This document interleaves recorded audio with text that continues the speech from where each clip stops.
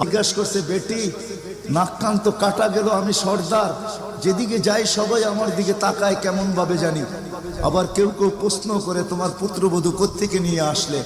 যার সুগ্রাণ বাহির হইতে পারে না, রাস্তায় বাহির হইলে সুগ্রাণ ছড়াইতে থাকে, তো নিজে পুত্রবধূকে জিজ্ঞাসা করতে পারে না, স্ত্রীর মাধ্যমে জিজ্ঞাসা করতেছে যে তোমার পুত্রবধূকে জিজ্ঞাসা করো সে কোত্থেকে সুগ্রাণ ব্যবহার করে, সে রাস্তা দিয়ে বাহির হয়, পুরা পাহাড় কেন, মক্কা কেন, চতুর্দিকে সুগ্রাণে মোহিত হইতে থাকে। সবাই আমাকে বিরক্ত করতেছে।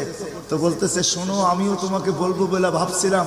আমেনা যখনই গোসলখানার থেকে বাহির হয় আর আমি ঢুকি, মনে হয় যেন গোসলখানা কেউ সুগ্রাণ দিয়ে প্যাক করে রাখছে।